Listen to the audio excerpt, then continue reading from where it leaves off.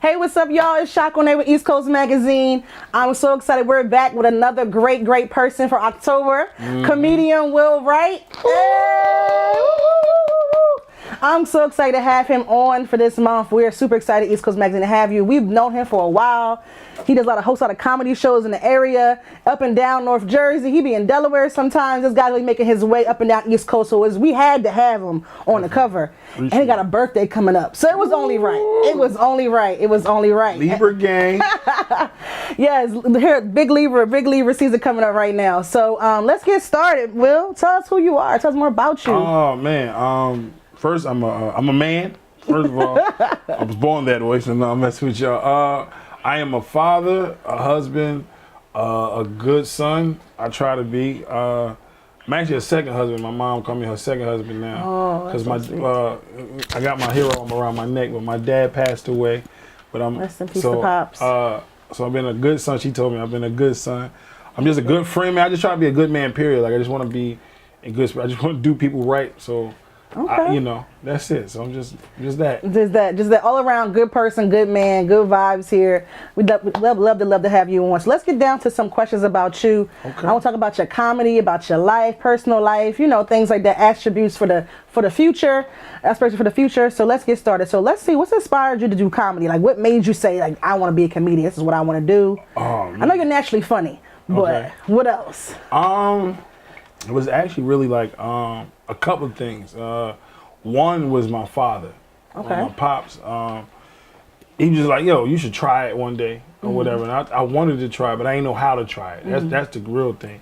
So the first time I ever did stand up was at a church, at my church actually. Okay. Glory to God. But I didn't even want to be a comedian. I just wanted to do it one time and do something with my father. That's my pops. That's my, like I said, it's my hero. So. That's what it was. But what really pushed me to be a comedian, like really want to do it, is when I finally bombed. When it was a bad show? Like when I did, I sucked. Oh, man. And my first couple times I did pretty good. But when I really sucked at it, like it was like, whatever, like my little charm didn't get me over the hump. Yeah, it was like, all right, I can't lose. I can't let this be it. Like I can't.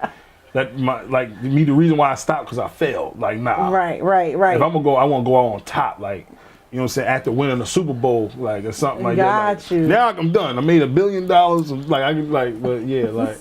So like what you said, like some of your failures made you want to do more. Yeah, it made me want to do more. That's good. That's a good quality to have. Because some people sometimes, like you said, but once they get certain place and they don't succeed, they just fail. So that's good. That's inspired you. So like, but anything else like besides that time when you failing and you realized, okay, let me do this again. So the next show, how was that? The next show after that? Oh, I bombed again. Oh Lord. I bombed I want to say I think it was twice. It was only twice at the time. It was twice. The next week I did okay, so I kind of felt a little bit better. Okay. No, it was really pretty good. Like compared to the other ones, it was really good. Okay. But then it just like around that same time, I just got better because I started working that muscle and started understanding certain things. Okay. So then I was like, yeah, you know what? I can really do this. Like this is my gift. Okay. Like this is my purpose. So, okay.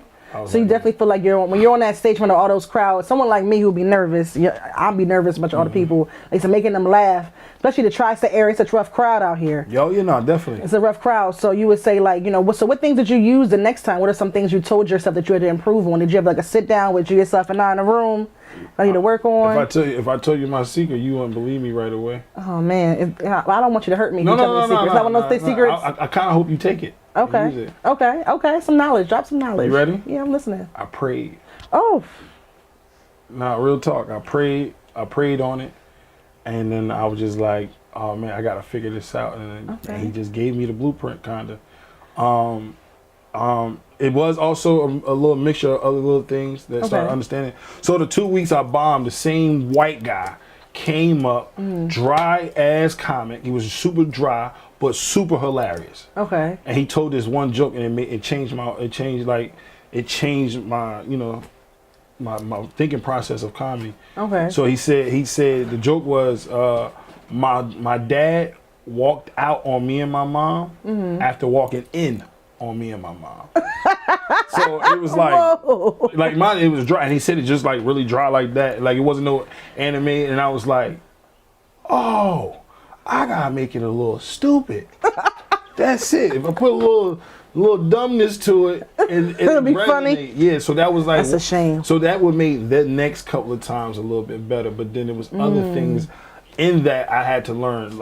And like I said, prayer kind of fixed it. And then, also studying and watching and paying attention to different things. Okay. Like, so it's like so much more elements to comedy than people think. You got timing, delivery, accountability, Okay. being relatable, Okay. all that. Like the reason Okay. why a joke worked really good to you because you relate to it kind of. Right. Something about it is like, oh my God. Right. That makes sense, because when I think about comedy, I can always say like, oh, I remember something like that happened, or if I see it later, it reminds me of that skit that I seen with some of the greats. Like, oh my God, remember that skit with so and so. Yeah. So okay, what were the steps again on comedy? Timing, Okay. delivery, accountability, Okay. and then also being relatable. Yeah, so Okay. it could be a couple more, but probably. I feel like some of the most important ones.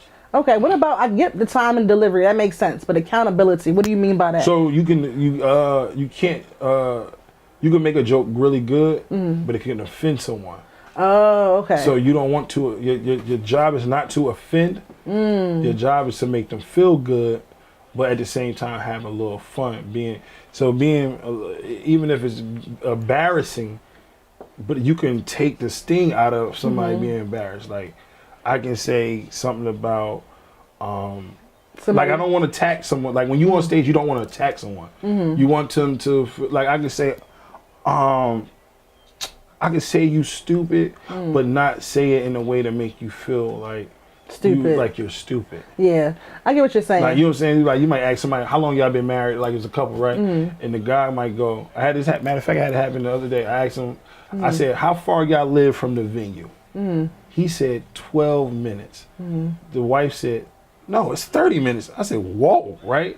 I said, so what do you do for a living? He said, I'm a doctor. I said, oh, I'm not letting you cut on me. Like, so it's like I'm not really offending him, right? But I'm just like pointing out the obvious. Yeah, like so you don't have good timing. You don't got good timing. Like if you don't know you live 30 minutes versus 12, you gonna cut me open in the wrong spot. You supposed to do 2 inches, you did 12. Like, you know what I'm saying? Like, so it's just like so I'm not offending him technically, but I'm also like just poking fun at him not answering it correctly. Right. So it's like you don't want to offend. Like I don't care. Like it's a lot of stuff, politics and stuff like that. Like people get offended by some of this stuff. And you just got to find a way, either if you're gonna touch it tastefully and not be offensive. That's why people get upset.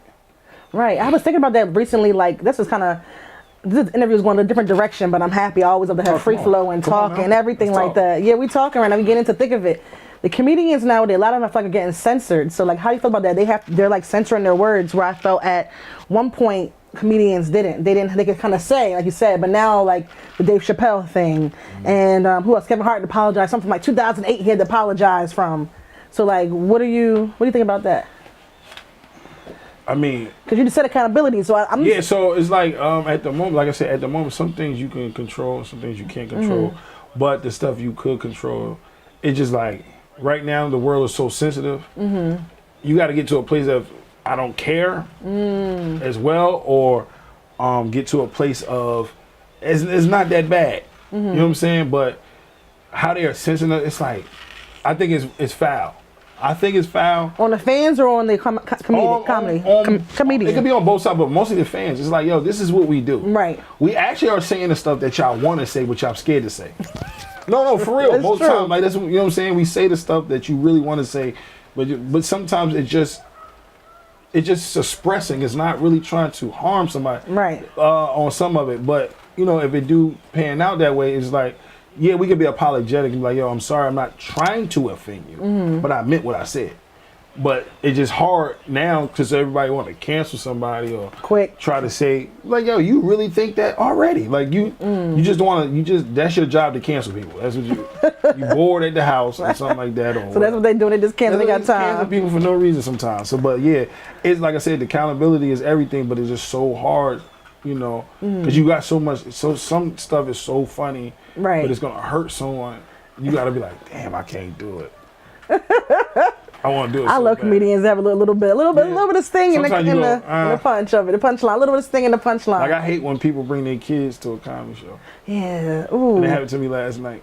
Ooh. So how did you take that? So you had to censor some of your jokes? Yeah, I had a joke about about the pussy, and I couldn't really.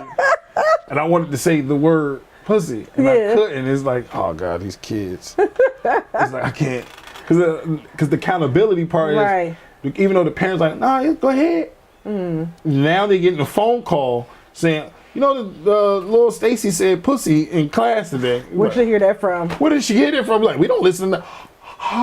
The comedian. The comedian. Yeah. So. Yeah. So you kind of, you feel like you tread little. So that means I feel like you wouldn't get caught up in that cancel because you tread lightly anyway. I try to like I said, I try not to offend anyone. Right. Now something like if it's something like okay, like you heard about Lizzo. Yes. The spazzing. Yes. That word. Wait. Oh yeah, spaz and Beyonce too with the spaz so word. it's like, why I gotta apologize for something we've been saying in our culture for years? Never never even thought about it in the way y'all talking about it. We talking about it in a way of having fun, tripping out, like or whatever. I didn't know that was a term. So let's stop. Whatever. So what happened was, y'all. So Lizzo and Beyonce. Because let's go back. So we might know what we're talking about. Yeah. But he made a great point about accountability and how the artists now it's hard to say certain things because people, like you said, want to cancel you. They attaching it themselves to something that like. We never know that was a bad term. Right. In that manner. So basically, since, American culture is definitely always goes across all different genres. America kind of runs the media world and the artistry world. We get a lot of artists here.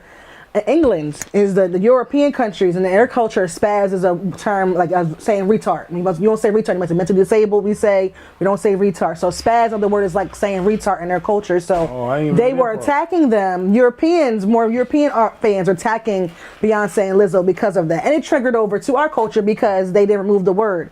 So as you said, we've been saying in our culture for forever. Yeah, so forever. But because now these artists, especially you think about Lizzo, she's up and coming. You wouldn't think, but. And other cultures are now affecting how we say things, and it brings to it like a sense of like, we have freedom of speech here. No, so that's what they tell us. That's what they tell us.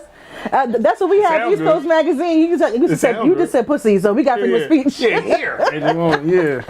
But at the same time, that is very true. So accountability is a big thing, and how people are trying to cancel people. But I don't think that's something that we should definitely have to deal with.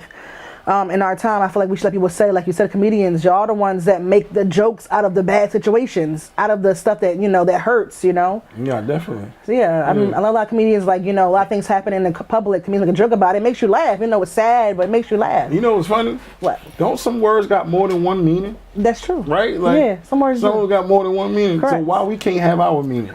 Like, you get what I'm saying? Like, why can't we have our meanings? It's like, oh no, but still. That first meaning is like, I'm not talking in that manner.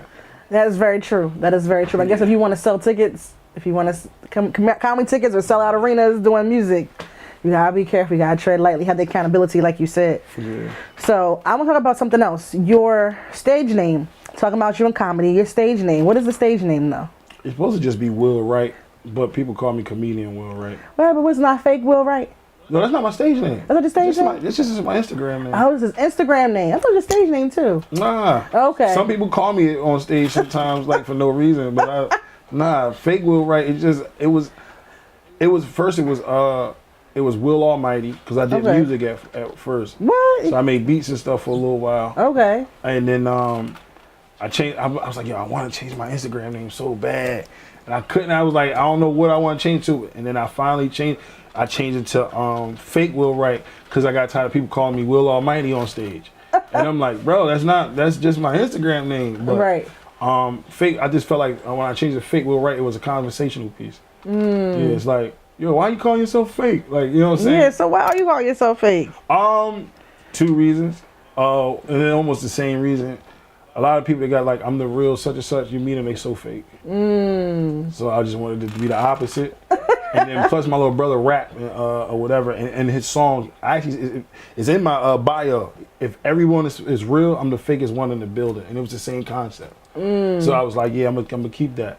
Okay, I like that. If everyone is real, I'm the fakest one in the building. If everybody real, yeah. You want to be the opposite, everybody. Be the opposite, because they not real. I'm not real, man. Everybody trying to be weird and everybody trying to be indie. They not really like that. Not really. I want to be normal now. Yeah. Because everybody is the opposite. That's it. You know what I'm saying? All right.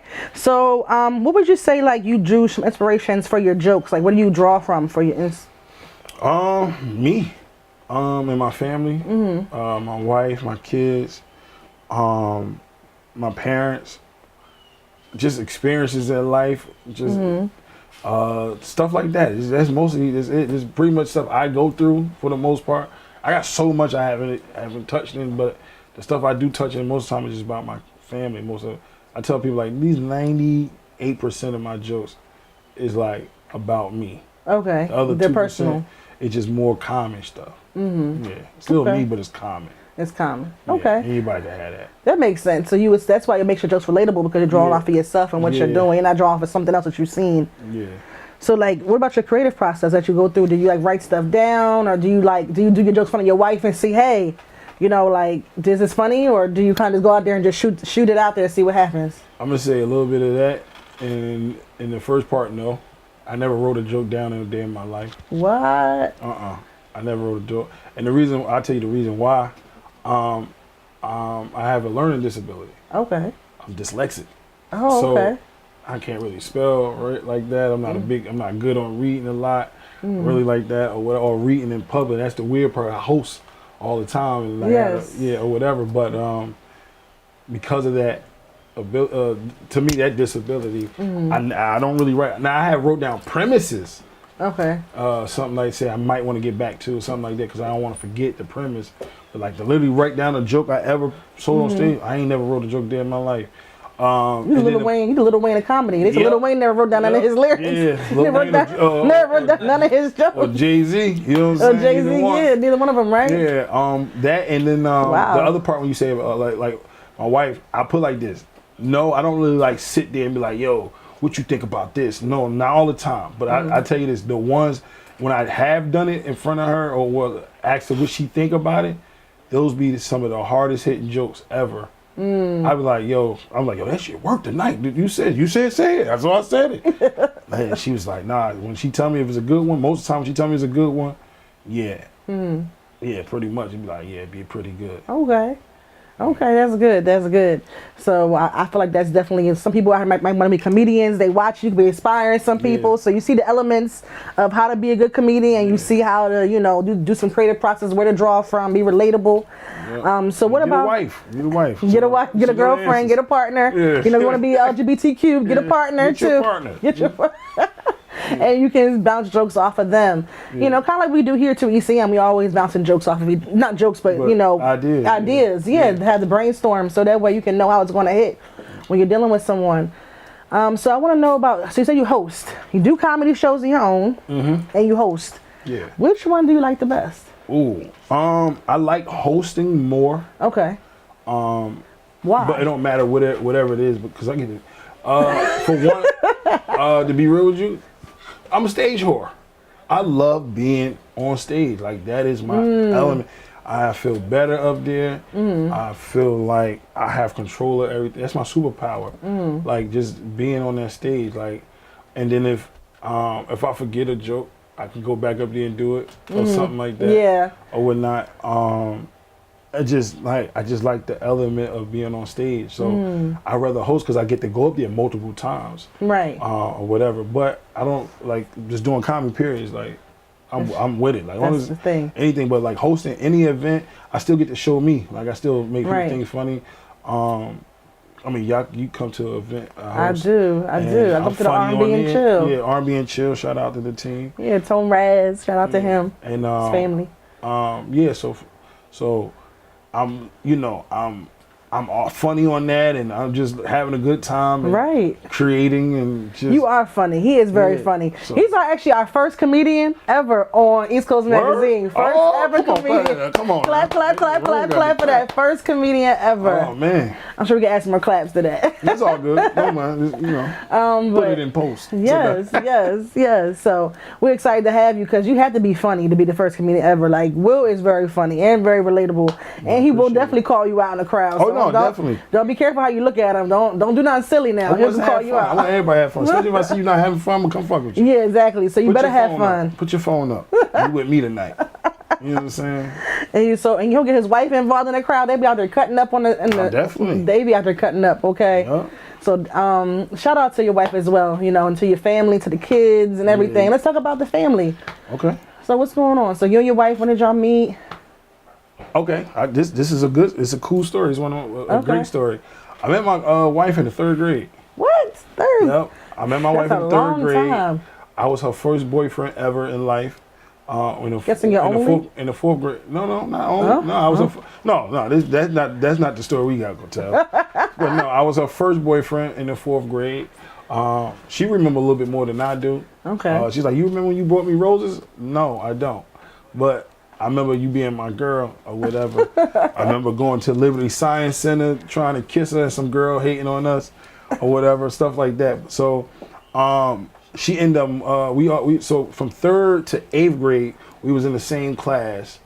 But then 8th grade year, like in the beginning of 8th grade year, she left. So I didn't see her for a while or whatever. So I told my best friend at the time, shout out to Randy, yo, if you ever see Taja Williams again, tell her I'm looking for her. That was literally my words. I promise you. It was like, we go to high school.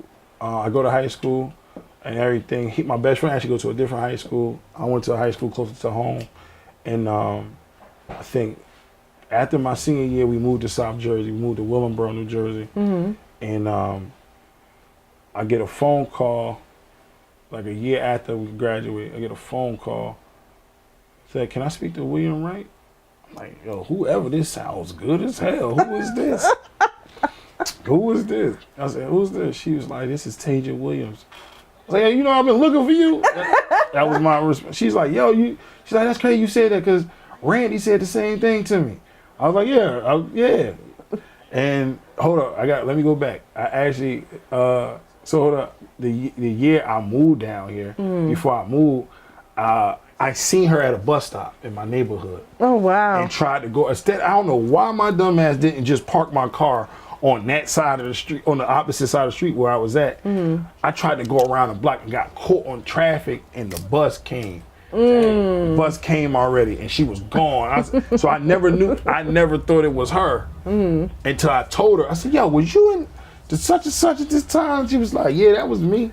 I said, "Nigga, I rode past you." And then so fast forward, I get the phone call, and she had a little situation. I took her from that situation. I'm sorry. I'm a little thief when it comes to it. And the rest been history.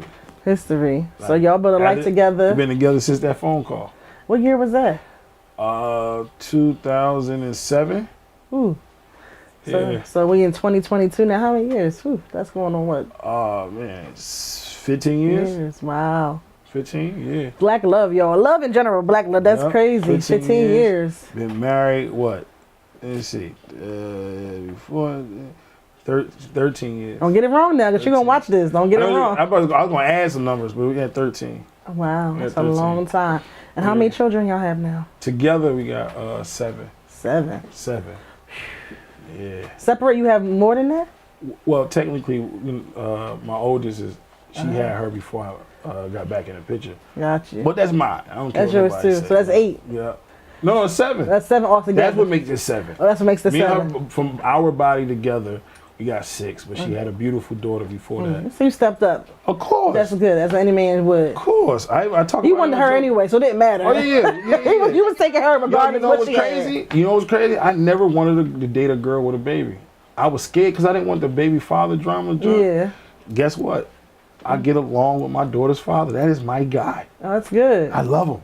That's my guy. No, for real. Oh, listen, me and her, you know, we go through trials and tribulations. Yeah. She left me before. I left her. Oh. I didn't leave him. That's my guy. Like, we had great conversations about, hey man, we gonna still be fathers. Like, I love that little girl. What? Right. But you know, I couldn't fuck my family up. I had to fix my issues. And, Yes. and Get it back together. yeah, Yes. Yes. You can't do that. And every year she have another little brother or sister, she get mad at us. So Yeah, y'all gave her a bunch of siblings to love on. Yep. That's okay though. Yeah. She gonna keep loving on them. All right. So being a man of God, also being a family man, being a comedian. What are some important lessons you've learned of being a comedian? Oh man. I think the biggest one is to always show love. And, well, that was just like one I didn't really learn it from comedy, but I learned that entertainment don't have it, really, unless you do or whatever. Like you can benefit from it, but just to always show love much as possible, respect your crowd, respect your elders. Man, just do people right. Like People right. It's just that like comedy, but comedy also taught me that. One of the biggest lessons comedy taught me was all things is possible. Okay, that's true. All things is possible, and your talent can take you places that you probably could never go on your own. Right. Like I mean, I don't really have a lot of money, but the travel. Yet. Of course, yet. But I'm just saying, like, I would have probably never thought to go to Texas. For what? Just to go to Texas? Like, what's in Texas? I performed there before. Okay, awesome. That's great. I mean, LA. I got family in LA. I love going to see, but shout out to the West Coast. Like I would but my comedy took me back. You know what I'm saying? Miami, like different stuff. So like my comedy took so to me all things is possible. Like with your, it's just super possible. Right. I like that. That's definitely something that's good. That's good a good lesson. All things are possible in comedy or in life.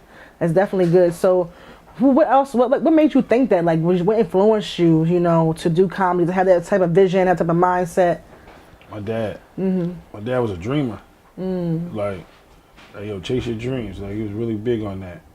He did want us to have a good job, type thing. But when he saw that me and my brother was capable of doing entertainment, he backed us on it. Like, yo, no, you could definitely do that. And then trying to instill that in my kids that they don't have to just go get a 9 to 5. Get it to learn how to work hard first. Learn how to run something or whatever, but that's not the end all to be all, because it's something more than just doing that. Right. Yeah. That's true. I think that's a great thing that you said, that like, your dad being influential, being a dreamer. It's good to have our parents. Like, I know my family as well. Backing your dream and instilling that to our generation too, your children. You're always gonna be someone to back their dreams, doing something positive. So that's why you're here too, because you're doing something positive. We feel like, East Coast Magazine, we want to give people that platform to show their craft in a positive light. So I'm really happy to have you here as well. So I feel like such one kind of advice tip. I like to always give some advice to the youth that's maybe tuning in. What's some advice you give to the youth that's want to pursue comedy, or just in general? If you want to pursue it, it's places you can go to become a comedian. I didn't know that at first. I didn't know you could become a comedian. I thought you had to be on TV in order to be a comedian. I really did. I didn't know you can go. But there's outlets for it. One of them is going to an open mic in your beginning of your career. Learn how to start with 5 minutes, and then work your way to 7, then 10, and then after 10 is increments of 5 after that. Yeah. So it might even go low. The lowest you might want to start is 3 minutes, but it depends if you want to go to a comedy club or not. Okay. But open mics normally, you want to work out, get your first 5 minutes strong, then after 5, get that 7, 10, and then 15, 20, like stuff like that, or whatever. And another good advice, if you want to become do you. Don't do no one else. Don't take nobody's joke. Don't take, because your story is your story. What you go through it. Bring us into your world, Right. not to somebody else's world. I know in the beginning you're gonna be trying to find yourself or whatever, and it's cool. You're gonna find yourself. You might find yourself acting like what you see, but then try to gear away from it as much as possible. Study. Why? Right. I'm not saying not to watch comedy. I'm telling you to watch it and understand what makes that person great or whatever. Now, I'm not saying you can't have attributes of the same thing, but just try to be you. That's the best part of it. That's People good. want to see you. They want to know about you. Right. Yeah. That's true. That's definitely good feedback for anybody trying to aspire and to go into that field. That definitely be you is a big thing. A lot of people in this generation, they want to be like so-and-so or be like so-and-so. But it's being you and individuality is what makes the people draw you in. You know, we don't want to see another Kevin Hart or another whoever. We want to see Will Wright. Yeah, I I want you to see me, not, oh man, he got like Kev. Yeah. Oh, that's, why he move like that? He doing the same thing. You know how many Kevin Hart's I done seen? Like for real. Yeah. And I'm not gonna act like I didn't trying to like get, Yeah. because it looks easy, but it's not. But still, it's like you start getting the mannerisms of other people. You like, man, I gotta cut that out. Yeah, I gotta be I gotta me. get my own stuff. You know what I'm saying? Gotta be me. That's so true. So let's see. I want to ask you another kind of a fun question. Top 5 comedians, top 10, top 5, whatever you need, like dead or alive, that really has, that's on your list.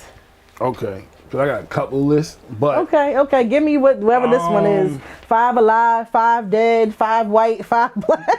Okay. All right. Let's have fun then. All right. Okay. So I kind of go like, I like to do it in letters. So like in letters.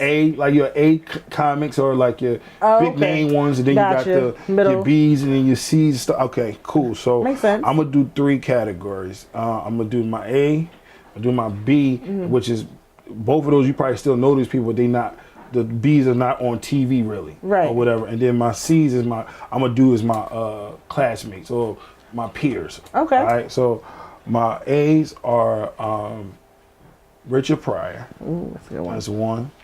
Richard, I'm gonna say Eddie. I'm gonna say Martin. Kevin Hart and Mike Epps are my top 5.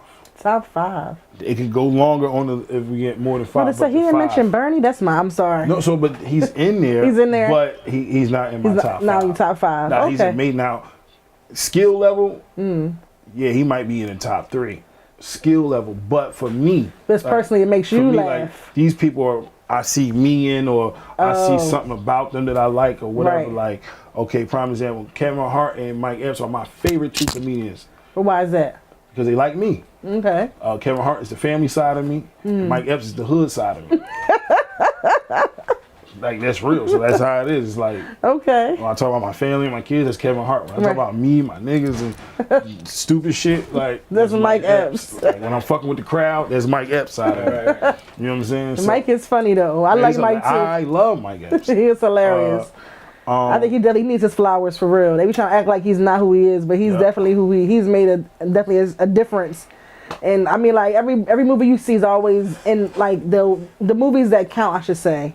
As somewhere, the brother, the uncle, the cousin. He's always in something. And good movie. And he could do drama. Yes. He's good at drama too. He's a good actor too. Yeah, he's versatile. He's definitely versatile. So shout out to Kevin too. He's from Philly. He's from this area. Okay. So we want to shout him out too. So give me a B. Okay, my B, talent. Tommy Too Smooth. Okay. Rob Stapleton. I know Rob Stapleton. Yeah, Rob Stapleton. He was in Paper Soldiers and stuff like that. That's where I know him from. Yeah. God. You can keep going. You can go to sleep. I'm trying to think his name. I'm gonna say I gotta do one from Jersey. God, it's kind of like 2 guys actually. I'm gonna say Cool Bubba Ice. Okay. Shout out from Jersey. I'm gonna say Cool Bubba Ice, and this other dude named Jay the Comedian. Okay. They like from Jersey. So are the talent, Rob Stapleton, Cool Brother Ice. Cool Brother Ice, head comedian, and Tommy Too Smooth. Tommy Too Smooth. Yeah. Okay. And then the guy that's in my class that I bang with. That all right. So I got a guy from Philly. His name is John Phillips. Okay. Another guy from Philly. His name is Hugh Brown. I got another guy. He's from Atlantic City. His name is AC? Zach Pickett. Yeah, from AC. He's a white boy. He's fucking phenomenal. Shout out to Zach from AC. I'm gonna say Lady Darkchild. Okay. I've She's seen from her a couple of your flyers. She's from Philly, yeah. Cause I want to get I'm gonna get one from Baltimore. Okay. Her name is Stiletto, so I put 2 girls Ooh. there. Stiletto, she's phenomenal. Okay. Phenomenal. So, and there's more, but it's just like those 5 people, right? And you. So yeah, of course me too, but you take me out. But so two of those guys, which is the first 2 I said, John Phillips and Hugh Brown, they both from Philly. There are 2 guys and they walk in the room. For me, I'm just saying, for me, I got to fuck the room up. Because they're going to fuck the room up. Okay. So they're my iron. So, iron sharpens iron. I know they're going to kill. So that's them. Zach is I like Zach because he can do both rooms and kill both. You mean both rooms, like both black and white hood room comedy club.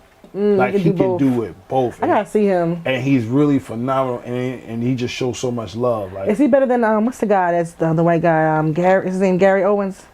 Is he on that level? They different, but no. The different. I'm not gonna say no. I'm gonna say no because Gary's he's been doing it 20-something years. That's true. He's phenomenal. I thought he can do both rooms too. He probably can. Yeah. I don't know. I never seen him do anything but black stuff, but which is great.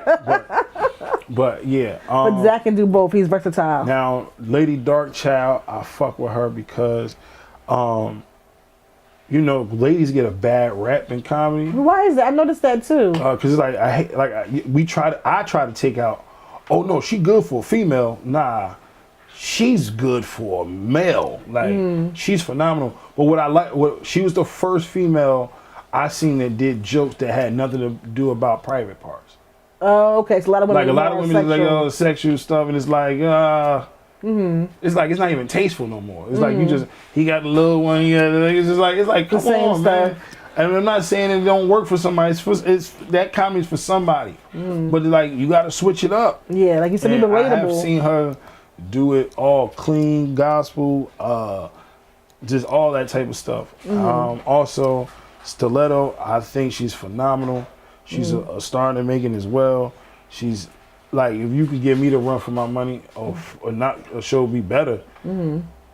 I think you phenomenal, and she show love too. Like she not just like she ain't no slouch on that stage. And I know it. I be like, God damn, I gotta follow her, or I ain't fuck it. Got to put my big boy shoes. Like she put that pressure on you. She makes you like you went behind her. You a little nervous. She put that pressure. All of them do though. All of them put that pressure on you. That's good. But I think they and there's more. Like I got a team of guys too. They probably gonna be mad that I ain't mention them, but my boy Kels Barksdale, Steve Brown, Sean Connor, and then I got 2 females on there. One from Jersey, Tata Sharice. She's hot on fire right now around here, and then Henny B. She's she's actually from Oklahoma. Okay. She live out there, so nice. Yeah. I got them. That's my team. Comedy Grind. Comedy Grind. Yep. So what's upcoming shows for Comedy Grind? What's going on for the future? Right now, I got my birthday show. Birthday show? What day is that? Tell the people. October 15th is the birthday show. My birthday the 14th. Okay. But the next day, we're gonna have a birthday show. We're gonna do that, and then right after that, I mean, we probably gonna do some other more shows or whatever. But I'm trying to gear up to shoot my special next February. Yeah. So we got the exclusive on the special that's coming up, and his birthday show. Anything about the special you want to give us? Any little sneak peeks? What's going on with the special? I don't know yet. Oof. I don't know yet. We just try. Hopefully, this is gonna be in the last week of February. Okay, well, we're gonna try to be there to Somewhere cover some of around that. there. Yeah, definitely, of course. Of course. Definitely got to be in the building.